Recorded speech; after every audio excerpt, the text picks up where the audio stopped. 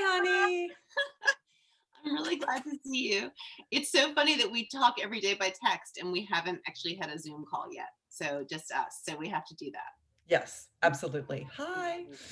You look lovely, by the way, for someone who supposedly just got out of bed a moment ago. I You just look want to gorgeous say, too, although my secret is I put on a really old Isabel Marant dress. I have no clothes here because I came out to this house thinking I was coming for the weekend and then stayed. I've been here like a month. So I threw on this old dress, but I'm not wearing a bra or underpants. And I did put on earrings for the first time in like, I don't know, 2 weeks. So in honor of you. oh, I'm touched. I'm touched. Well, I made it out here without any underwear at all, except for 3 pairs. And Oh, so that's that's been right. a challenge. Yeah. So tell me, because actually I was thinking when I was preparing for this call that even though we talk all the time, I don't actually really know the chronology. So you have been very, very sick and now you're better, thank God. Yes. And it seems like you did have the virus, although you've not been tested. And you had it kind of early, but for a long time. So I thought we'd have a conversation kind of about your experience because you were also typically, because you're like this, you were kind of sounding the alarm a little bit earlier than other people. You were like stockpiling food and kind of preparing to leave the city a little bit earlier than everyone else. Like I came out to this house on March 18th or 19th. Hmm. So tell us your story. So I will say that I started becoming concerned about this way early on, in part because I have a number of people in my firm who were experiencing this firsthand in China because they were in and around Wuhan when all of this sort of broke. So I think a lot of the large multinational firms were sort of seeing this happen with their people. And so we knew right away, like this was a big issue. This is probably going to spread. We had quarantine ideas in place in those local offices. And so I had absolutely started stockpiling food and medication, and just I brought in my kids to their acupuncturist. I got a whole bunch of herbs, which was actually in retrospect super helpful Right. because I'll talk about that in a bit, but I ended up actually using a Chinese medicine to help me through this process because I was not able to make it to a hospital. So my symptoms really started the week before, I came out here on the 12th. I'm in Millbrook, which is where I have my weekend home. And we had planned to come here in any event because it was the kids' spring break. And when all of that got canceled, we planned to come here. So I But should interrupt to say Cara lives yeah, in New York and Millbrook is like 2.5 hours north of yeah. Baltimore. I live in Brooklyn. I live about 10 minutes away from Nina in Brooklyn, and Millbrook is about 2.5 hours north in the Hudson Valley. And so we had planned to decamp here anyway and had kind of stocked up in the house for a nice 2-week vacation here, which ended up being more of a quarantine scenario. But in any event, it's great that we're here. The week before we came up, which was on the 12th, I started feeling really drained. I was tired. I had headaches. I had a slight cough. Honestly, I thought it was because I was just panicked and busy and not sleeping well because we were all trying to prepare to come out here. Because at that point in time, like around the 8th and the 9th of Yeah. March, people knew that this was a real deal, right? It had started hitting New York City. And the night that we came out here, which was Tuesday the 12th, or Thursday the 12th, I was feeling very tired, went to bed, woke up with a cough, and by midday had all of the symptoms: fever, exhaustion, had to go lay down, felt terrible, was burning up in my face, Wow. had the chills. It was very sudden, Yeah. very abrupt. I went from feeling mildly kind of, down, like I had a cold, to all of a sudden being completely incapacitated. Wow, it's amazing how fast it happens. That's Yeah. what's so scary. Like I don't know if other people are doing this, but because I'm not a big hypochondriac and I feel like I'm reasonably worried and scared for everyone right now. But every morning I do wake up thinking, do I feel okay? Like Yeah. the day I'm gonna have it? Because I've been feeling fine. I mean, I've had, some moments of whatever, like we all have, but I have not had the illness, I don't think. So it happened really quickly. You just went, and it seems to start with a lot of people with super exhaustion. Yeah, I think that's right. It starts with a lot of people with super exhaustion. Of course, if you look at like the symptoms the symptom maps, they're a little bit all over the place. I've had the flu before, and I knew right away that it wasn't the flu. It didn't feel like the flu to me. Mhm. It actually felt much more like on the second day, a super intense um, uh, headache and almost a sinus infection, but without the sinus infection, if that makes any sense. I had all of the pain and the pressure that you would have with a typical sinus infection all through here and up in here, but none of the typical other elements of it. And at that point, I started to kind of get concerned because my fever had stayed consistent Right. and was not going down. hmm So, what did you do in terms of quarantining from your family? You've got your husband and two kids. Like, a mutual friend of ours has been really sick at home with her boy. Her boyfriend has had it, and she did not Yeah, quarantine from him. But of course, that's the advice everyone is giving. So, how quickly did you do that? How did you do that? right away when I felt like I needed to go lay down, I was like, holy shit, this is probably pretty serious. And I came upstairs. I'm here in my little room. This is where I spent my quarantine days, my weeks of quarantine. Wow, were you And really I in had, the room for yeah, weeks? for 2 weeks. Yeah. I did not leave the room. And luckily I have a bathroom that's attached to this. And luckily we also have a guest room. So Wait, my, you really did not leave the room at all for 2 weeks? yeah, Wow, I don't know that I would be able to do that. That's a lot. yeah. Well, I mean, in fairness, like a full week of it, I wasn't really leaving my bed. So, it was like a week of stir craziness, Yeah, yeah. but You um, drag yourself to the bathroom? yeah, I passed out once in the bathroom. Jesus. Yeah. Yeah. So, and my bathroom's very close. It's right there. So everybody can see there's my bathroom. What happened when you passed out? I hit the floor and woke up probably 20 seconds, 30 seconds later and Oh, God. pulled myself back to bed. But I mean, your question about quarantine, actually, it was relatively easy. We luckily were not in Brooklyn when this happened because we have, as people who know me on the Wolfer know, I have a very small apartment in Brooklyn. I mean, it's lovely and we love it and we love living there, but it's small and we actually share one bathroom and we have 4 people in our family. So it was really great that we were here because I could really remove myself.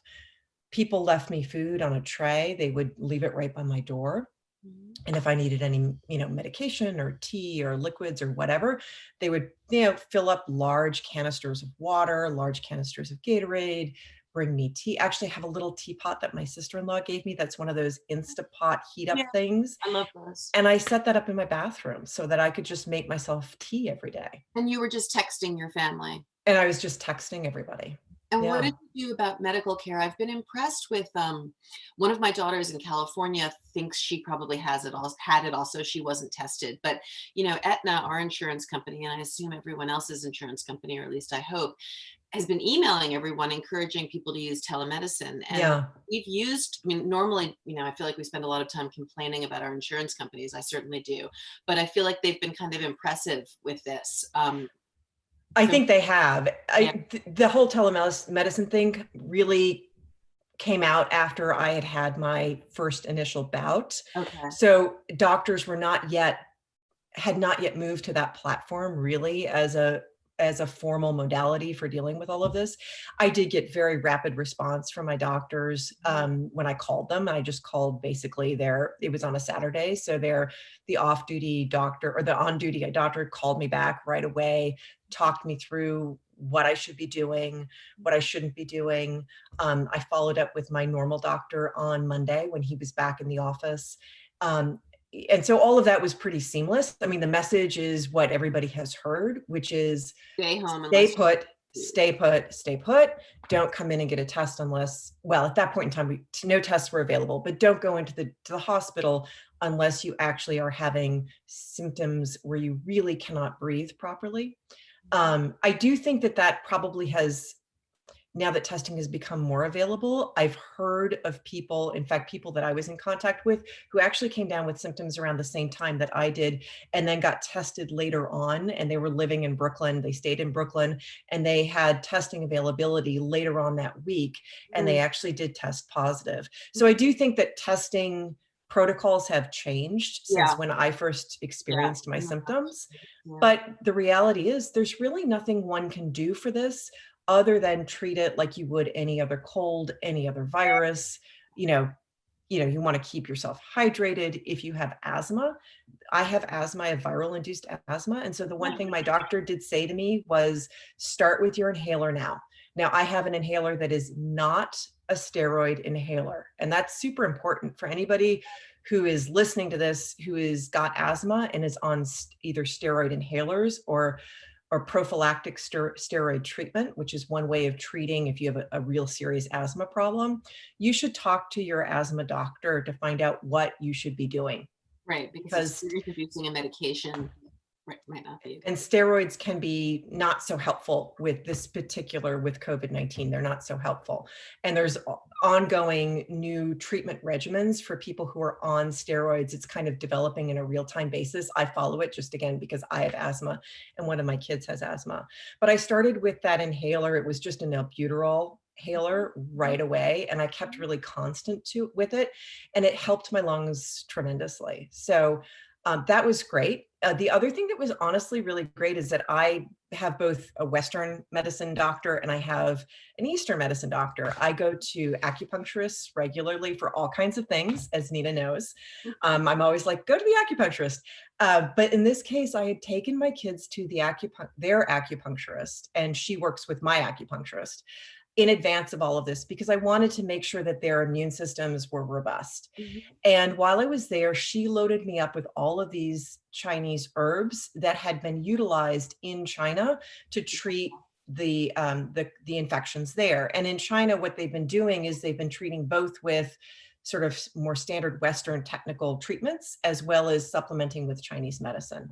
And so when this all happened, I also texted her, and she was amazing. I have to give a shout out to the acupuncturists at Evolve Health and Wellness. And this woman in particular is the woman who treats my kids. Her name is Frances Goodwin.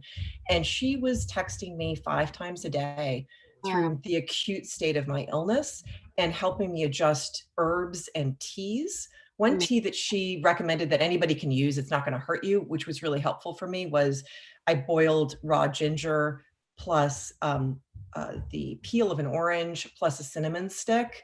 And that with honey is it's very soothing for your lungs if you're doing a lot of coughing. And it's really helpful to the ginger helps open things up a little bit in your bronchial tubes. So she was really a godsend because it helped with the fear. Because that's the other piece of this, is that I was really scared. I was just really scared.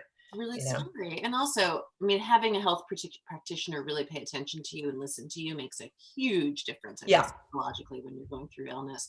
But you also had a really good friend who was hospitalized during this period or toward the end of your illness. So that must have really exacerbated your fear. Really scary. And you guys have probably heard of him. He's become somewhat famous. He's now been all over the news. His name is David Latt. He went to law school with me, and he is the guy who started this very famous blog for lawyers called Above the Law. And he and his husband both came down with it. He's a young guy. He's 44. He has a young child, and he and his husband both came down with it. And his husband progressed with it sort of similar to my progression. It was like a bad cold. And it was scary, but he ultimately got over it at home. But David actually got worse and worse and worse, and ultimately ended up in NYU hospital on a ventilator. And he's now out and he's at home, and he's been actually, I think he was interviewed by Samantha Guthrie yesterday. And so you can Google him and find him talking about his story and his treatment. But really, I mean, that's, I guess, for everyone, the fear is just the unpredictability, right? You just don't know, is it going to be okay, or is it going to be, get much, much more worse? And I wanted to ask you about your lungs, because I've been reading now, I hadn't heard until like in the last week or so, they're talking about like lasting damage to lungs. What does that mean to you? Are you worried about that?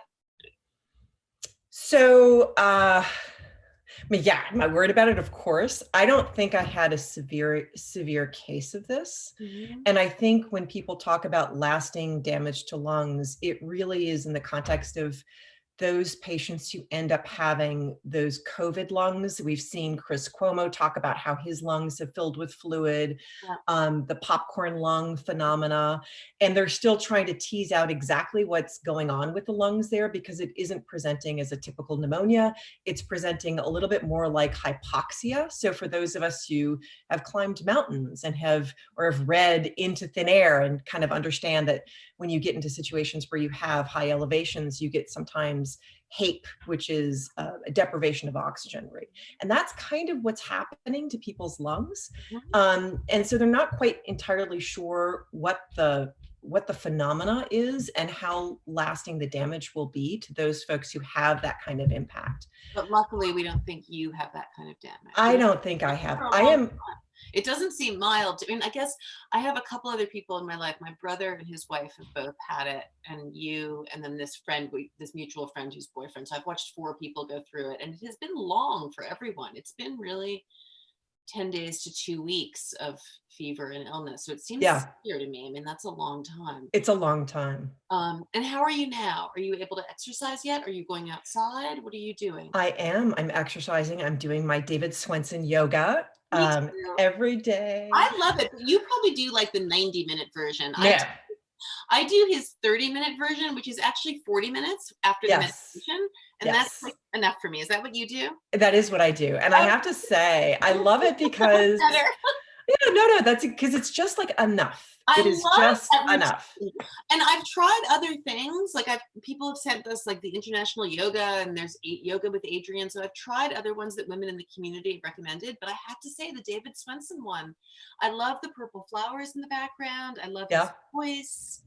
And it really is good. It's like just by the time you get to the end of the standing postures, your sight, I love it. You're psyched to move on. I feel really good afterwards. And it's Ashtanga yoga, so you actually do get that slight cardio kick from it. And I actually think it's helping my arm. I think my arms are actually benefiting from it. Like I've been doing it every day. So it's been great.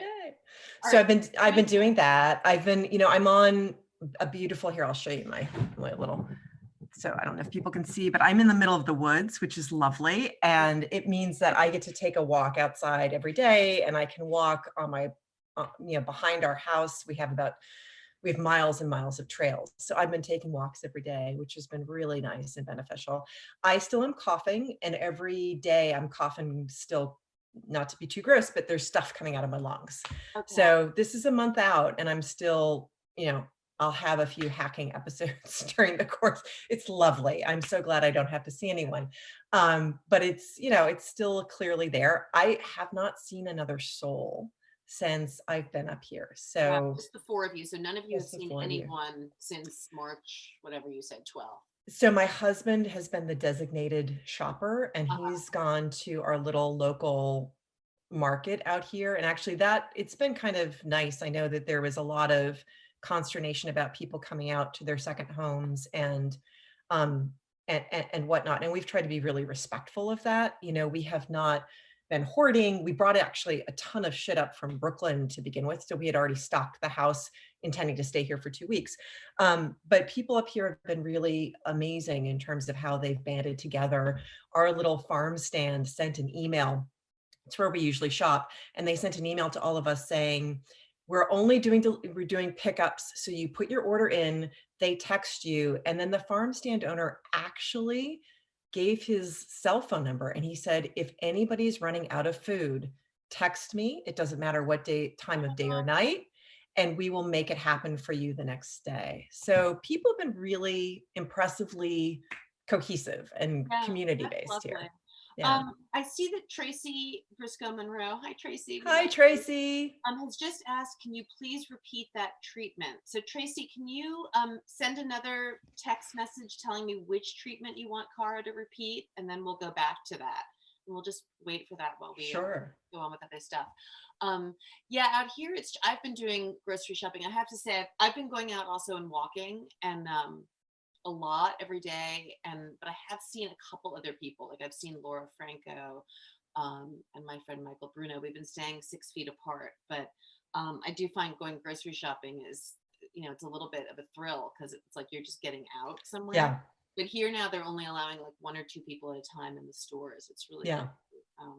very intense. Yeah.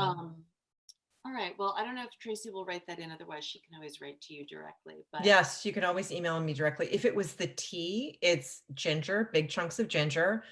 You take a few pieces of orange peel. You just take off the outside of the orange and you stick that in there, wash it first, and then a few cinnamon sticks. And you heat that up. You let it like lightly, you bring it to a boil, and then you let it sort of simmer for a good 10 minutes. I mean, the longer you simmer it, the more intense the ginger gets. And then as it cools, you can add honey to taste, and it's an amazing tonic. It's something that I use every time I get a chest cold. that's great. And she did just write, and that is what she was asking for. And I have to say, I've been really into, I'm still doing intermittent fasting. So I only eat like at the end of the day. I'm not losing any weight, but I feel good. But all day long, I drink, because I'm eating and drinking a lot in the evening, but I drink hot water with lemon in this disposable cup, which looks kind of fancy, but it's actually just a disposable cup from Amazon. And I've been putting ginger in it with the lemon because I just like, they've been saying that warm things are good for COVID. So I've just been drinking hot water all day, basically with ginger, because can't hurt. Because why not? Yeah. And vitamin C, everybody should be taking their vitamin C. And if you're not getting sunshine, you should be taking your vitamin D. Everyone should be taking vitamin D, I think. I mean, I've been taking extra vitamin D. You don't want to overdose on it, and you should ask your doctor, but I think it's very good apparently for immunity and flus. And so I've been taking extra vitamin D also. Yeah. All right, Cara. Well, I love you. It's really love you too. Mwah. And we'll do something else a little bit later. And thank you for this. Okay. Bye, guys.